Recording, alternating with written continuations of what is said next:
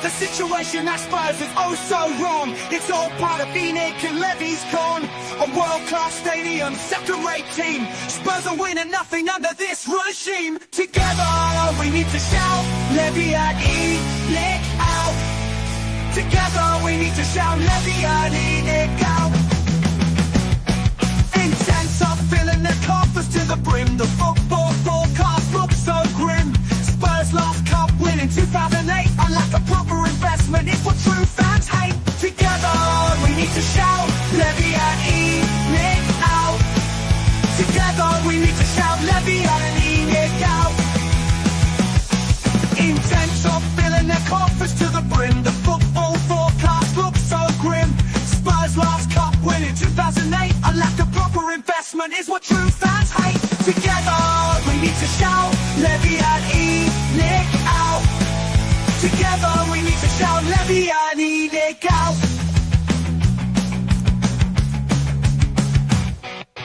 Project Youth, just another Levy feast. Dismantling Spurs history piece by piece. The stadium, just an entertainment hub. No true fan wanted this for our club. Together we need to shout, Levy and Nick out. Together we need to shout, Levy and Nick out. Legendary Bill Nick would turn in his grave if he knew how the owners now behave. Corporate greed and no success. We need to work together to get our club out of this mess. Together we need to shout, Levy and Nick out. Together we need to shout, Levy and Nick out.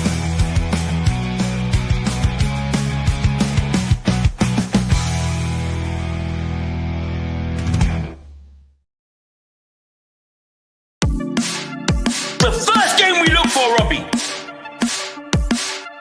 Tottenham away. When we got Tottenham away.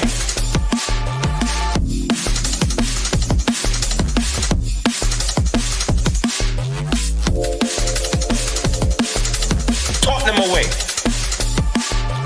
When we got Tottenham away.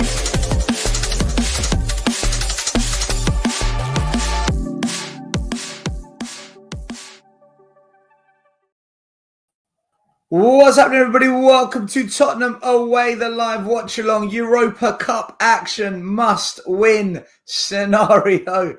My Lord of mercy, what is going to happen tonight? No one can predict this one. Everyone's predicting all sorts. But we're going to get into it. We're going to quickly discuss it. Just a reminder, everyone, smash a like, hit the subscribe button and the notification bell. And if you get a chance, subscribe to the Two Mark Show. We've got one of the... Is it a trio or a double act over there? It's just me still. It's just me.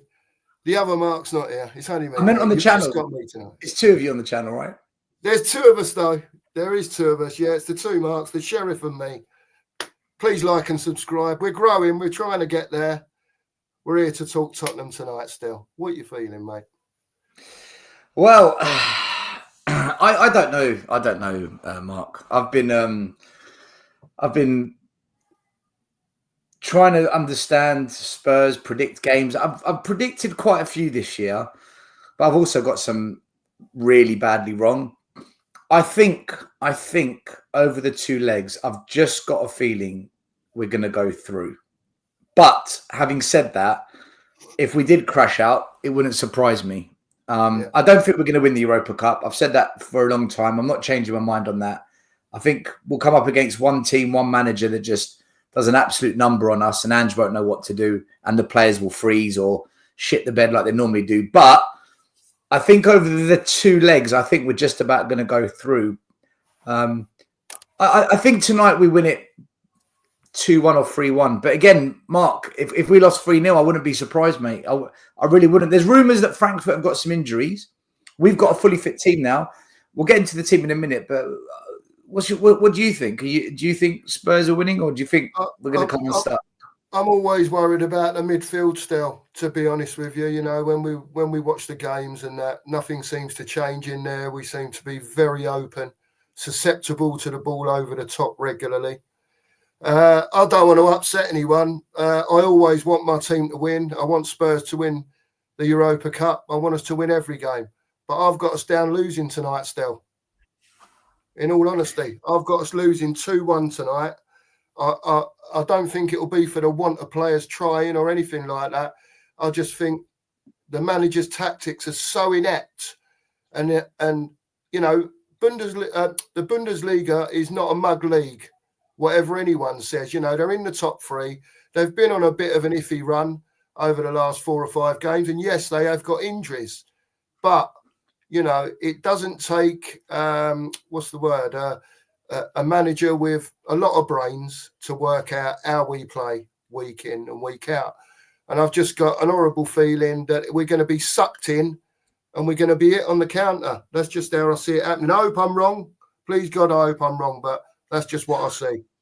Well, the thing is, in Europa, if you look at all the games we've played, we give away chances. Even to the worst teams, we give away chances. Yeah. The only team that we've really come up against that had it in them to take their chances were Galatasaray, and they could have scored 10 against us. Yeah. So tonight, Eintracht Frankfurt do have players that can put it in the back of the net, and that's the danger for me. We are going to give chances, and I think tonight we need to win by minimum 2 goals if we're going to go through, because to go to Germany in front of 58,000 hostile fans, you know, we do shit the bed, don't we? So yeah, we do. 2-0 lead minimum to go through. If we win it by 1 goal, I think we're in trouble going over there. So yeah, look, mate, I think we just edge it tonight. But I'm with you. I do have a lot of concerns. I do. Let's look at the starting lineup. Yeah. So he's gone with pretty much what we thought, but there is one big change, and we will discuss it. So Vicari in goal, Porro and Udogie, the wing backs, Romero and De Ven starting together, Bergvall, Benton, Madison in the midfield. He's gone with Johnson, Solanke, Son across the front three. No Kinski on the bench. Instead, it's Austin and Whiteman. Spence on the bench. Ben Davies, the backup centre-back, on the bench. In midfield, we've got options of Gray, Basuma and Sarr. And then across the front three, we've got the options of Mikey Moore, Odebert, Tell and Richarlison return. So the big one is, why is Jed Spence dropped from this starting 11? What the hell, man? Like, what is his thinking? Well, the only thing I can think is that he just don't like the fella. He's just not his cup of tea for whatever reason, because when the injuries were there, he played, and he played well. You know, he's done all right, Jed, since he's come in, and been our best player in a lot of those games. I don't understand how he can't be in one of the fullback positions, because, you know, I've always said, since our channel's been going and in chats before we were going, you know, I can't understand the double inverted thing still. I can't get my head around it. Mark, none of us can. None of us can. I can get my head around one going. I can get, if we're not playing with a 6, I can get my head round one going and one staying. So one slides in and we've got a 3 sitting. But it never works like that. And you know that Udogie and Porro are going to be up past the halfway line more than they're going to be back here. You know that's going to happen. They're both going to be inverting and the space is going to be there. And it's whether Frankfurt capitalise on that. But as far as Spence goes, still, I think he's so unlucky not to be in. I really do. So unlucky. Well, I agree with you. As soon as our players are fully fit, Archie Gray doesn't play anymore. Spence on the bench. And it just goes to show that Ange isn't prepared to play players that have either been loyal, players who have stepped up. Yeah. And let's be honest about it. Spence is our most in-form fullback. Yeah. He's been arguably one of the best of the defenders out of the fullbacks this season. When he's had to shift into centre-back, he's done a really good job. Yeah. And going forward, he's been brilliant. Well, okay, maybe not brilliant, but he's been effective, and he's got the pace to beat players. So why would you not start him? Are we saying that Porro and Udogie have been better than Spence this year? Spence has come on and turned games for us. Spence has come on and helped us get it over the line in a couple of games. So I'm actually stunned that he's done this. I don't get it. It doesn't make any sense to me. No, I'm pretty shocked still, and I can't understand it either. I wish I could sit here and say to you, well, yeah, I think he's done it for this still, but I just don't think he's his cup of tea, mate. I just don't. And if what he's done on the pitch in the last sort of couple of 3 months hasn't sort of propelled him to the front of his thoughts to play him in his big games, and this is. It is now our biggest game of the season tonight. Everything else is done. The league's done. This is it. So he needs it to go right tonight. But, for me, I can sit here and call it a silly decision. We can sit here and call it stump, but he's done it. And he does these things still, and we shouldn't be surprised anymore. We really shouldn't be, because it's virtually every week that he does something and we say, what is he doing? Yeah. So that's true. We do know, don't we? It's not like it's a lie. It's just like it's mad. It's mad. What do you make of the midfield? He's gone with Bentancur, Bergvall, and Maddison. Do you think that's enough protection for the back four against a team that we know are very quick on the attack and they can score goals? Do you think maybe he should have started Pape Sarr or Basuma as a 6, or do you think the midfield three he's gone with is the best choice? The problem is still with the way he plays, because he doesn't play with a 6. I know like when he plays Bentancur, he maybe has him sitting a little bit slightly deeper. Maybe when it's Basuma, one of the more senior players, he has him slightly deeper. He has him to come back to pick the ball up off the goalkeeper. But I don't really think it matters who's in there still, because generally they're going forward. They're not coming back. There's not anyone sitting there. So as far as protection goes for the defence, I think in the transition, we're still going to be all over the place. I really do. And that's my fear in the game. We give the ball away an awful lot. Silly times sometimes, silly 5 and 10 yard passes. And I'm just worried that, someone might be inverted. We lose the ball, bang, simple pass, they're through. And that's what really bothers me about everything still, about our midfield. I don't think we've got anyone at the moment that can say, right, I am going to sit here because they're under such orders how to play. That's not Angie's concern. So they don't think about it either. Yeah, we don't play with a 6. So what's the point of actually playing one that might be in that particular position? Yeah. But having said that, we are now going to be doing what we've done in the past, where it's gone horribly wrong or really, really good. And we are going to play with a high line, and we're going to expect Van de Ven to save our asses time and time again. And if he doesn't, then it's down to Vicario, who has saved us many a time. But this is the high risk, high reward of Ange. And we were saying during the injury crisis, when they all come back, will he go back to his old way, high line with Van de Ven and Romero? Well, we can tell that he is. Is he going to give Gray a starting opportunity? No, he's not. No. He's never going to play in the 6 that he wants to play in. And what will happen with Spence, who's actually come in because of injuries, taken the chance, proven himself to be really good? Well, we know the answer now. Dropped again. So we are literally going to go back to what Ange wants to do with his full strength team, and it can go either way. Either we're going to batter them or we're going to get ripped. Yeah. It's one or the other. There's no in between, is there? There's no tight game. It's just going to be chaos. No, it will just be what we see generally, week in, week out. And either we'll get a couple of chances and put them away, or we'll get a couple of chances, miss them, and they'll go and nick one and go 1-0 up or whatever.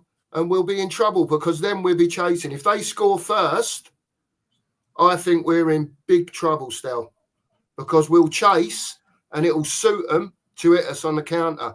And that's when I think we'll be in trouble, big style, if they score first. It's just my opinion still. I mean, everyone's got different opinions about it. And like you said, you've predicted games before and it's gone totally the opposite of what you thought it was going to be. I hope I'm wrong, but that's just what I see, because I don't see Ange changing. No, he's not going to change. We can tell by the starting lineup he's not changing. He's going for what what he wants to do, which is high line, invert the fullbacks as number 10s, expose us down the flanks, and leave the centre backs with a massive gap between them and our keeper. It's going to be exactly what we've seen all season. The Frankfurt fans, if anyone's watching on TV, are absolutely rocking the away end. They look like they're well up for it. I'll tell you now, lively bunch. Yeah. Do not look. Not looking forward to going away to their ground. I tell you, if this is what a couple of thousand of them are like, what's going to happen when there's 55,000? Oh, I know. Yeah, there was a few messages in the WhatsApp group that it was getting a bit tasty down there outside the ground. To be careful to everyone. Yeah. So listen, if anyone's down there, be careful. I remember when we played PSV. And they came to town. They were lively in the streets as well. So the German and the Dutch away fans, they're no joke. They're people often call out the Brits on tour. Mate, there's other countries as well, right? It's not just us. Yeah. There's other countries as well. But definitely. In the chat, what do you think the score's going to be tonight? There's John the Fisherman, big up, says 1-1 tonight. We've got. Sure, I saw someone predict a 3-2. Or do my eyes deceive me? Oh, yeah. Wayne, big up. He says 3-2 to Spurs. Yeah. So that's definitely a close game. Cold Shot's gone for 2-1 to Spurs. William's gone for a 1-1 draw. Matt's gone for a 2-2 draw. I think if we draw, we're going out. I think if we draw tonight, we're out. I think second leg we're gonna be done. Soulboy's gone 2-0 to Frankfurt. Yeah. Bill, he's gone for 3-1 to Spurs. The Sporting Journey's gone 2-1 to Spurs. So look, most fans think we're going to get the win tonight. Most fans think we are going to get the win. No, let's not hope a big we win. do, mate. Let's hope we do, mate. You know, let's hope we do. Let's hope. You know, in one way, shape, or form, we can have a good win tonight, give ourselves a chance when we go to Frankfurt, you know, because we know our away form's shocking. It is generally, you know. So, like you say, 58,000 fans over there. I want to be going with a 2-goal lead and all. You know what I mean? So and they're proper fans as well. Yeah. Oh yeah, definitely. So the shock of tonight is Bodo Glimt have beaten Lazio 2-0. Now, I'll tell you what's interesting about this. I feared Spurs playing Lazio. Yeah. Obviously, the tie's not over. They've got to go to Italy now, and that's going to be a tough game. But every week when I do the watch-alongs for the European games, or whenever the European games are on every month, there's always people in the chat that follow Scandinavian football, and they keep saying to me, Bodo Glimt are very, very good. Don't underestimate them. There's something about them. And I said, yeah, but it's Bodo Glimt. They might just be that surprise team. Because I said it months ago, Mark. My fear is we're going to play a team we don't know much about. We underestimate them, and their manager's going to do a number on us. Yeah. Maybe, just maybe, if we go through, Bodo Glimt are that team where we think, yeah, we got this lot, and then bang, what just hit us? Yeah. Whoa, what was that? And we choke. And the manager just pulls a tactical masterclass on us because we don't know enough about them. So I'm worried. I'm worried, even if we do go through tonight. If it is Bodo Glimt, they might be that team. I don't know if you've been watching much of Bodo Glimt, but that's a massive result. That's a massive result tonight. Yeah, I've seen a few people say that they're a pretty tasty team and they're in a bit of form. You're beating Lazio at home 2-0. You're not doing too bad still, are you? You know? So, yeah, I think you're right, though, because they're not a big name. To be honest with you, I agree with what you're saying, right? But I think it'd be foolish when you're in the last 8 of any European Cup. Doesn't matter, you know. I know the levels between Champions League and Europa League are different, but at the same time, you know, all these teams have got there on their merits, whatever they are.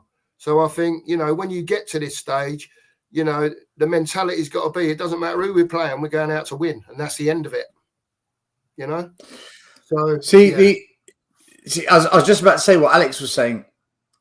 With Bodo Glimp, they play on a plastic pit. Well, 3G we call it, or 4G. Yeah.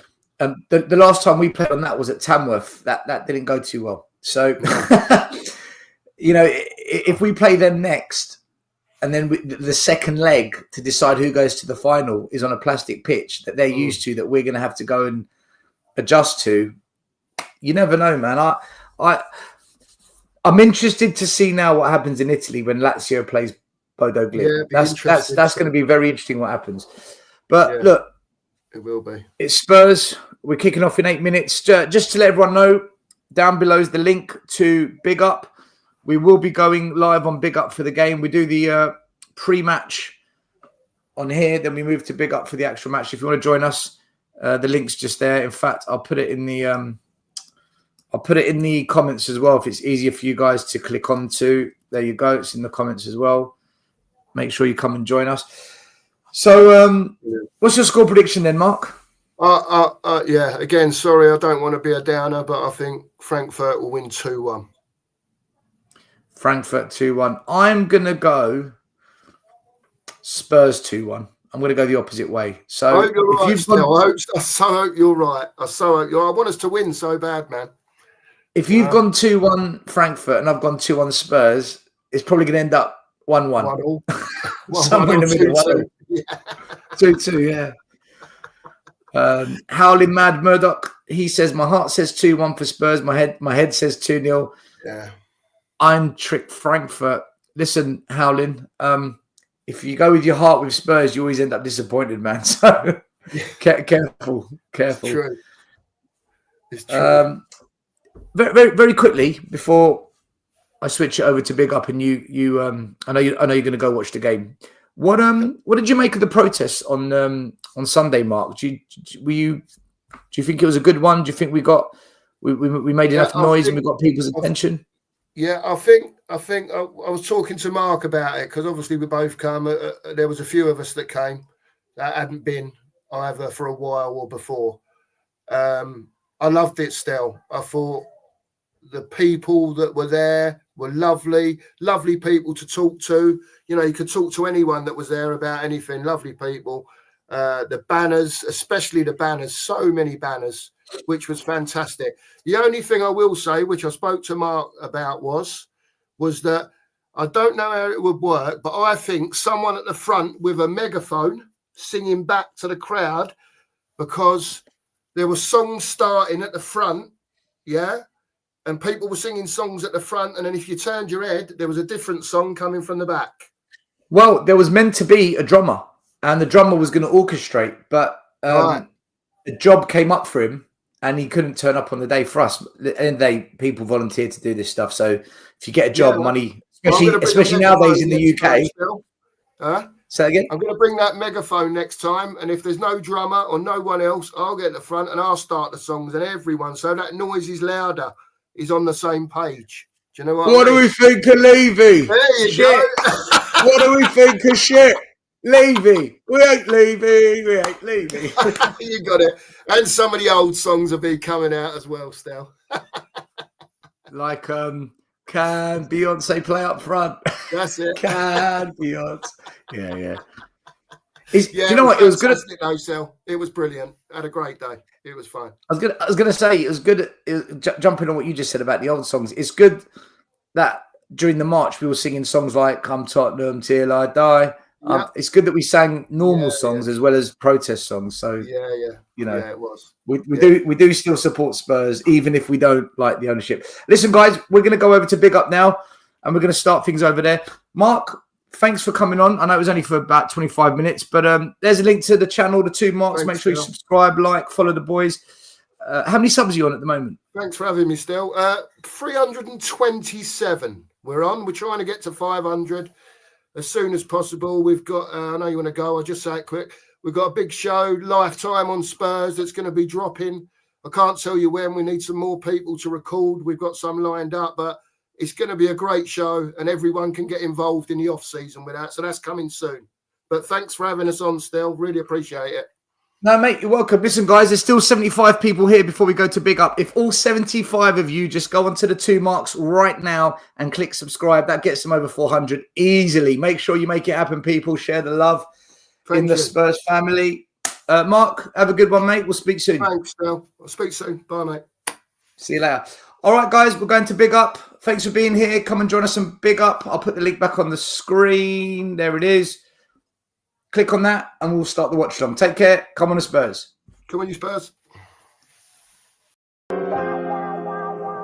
first game we look for, Robbie. Tottenham away. When we got Tottenham away. Tottenham away.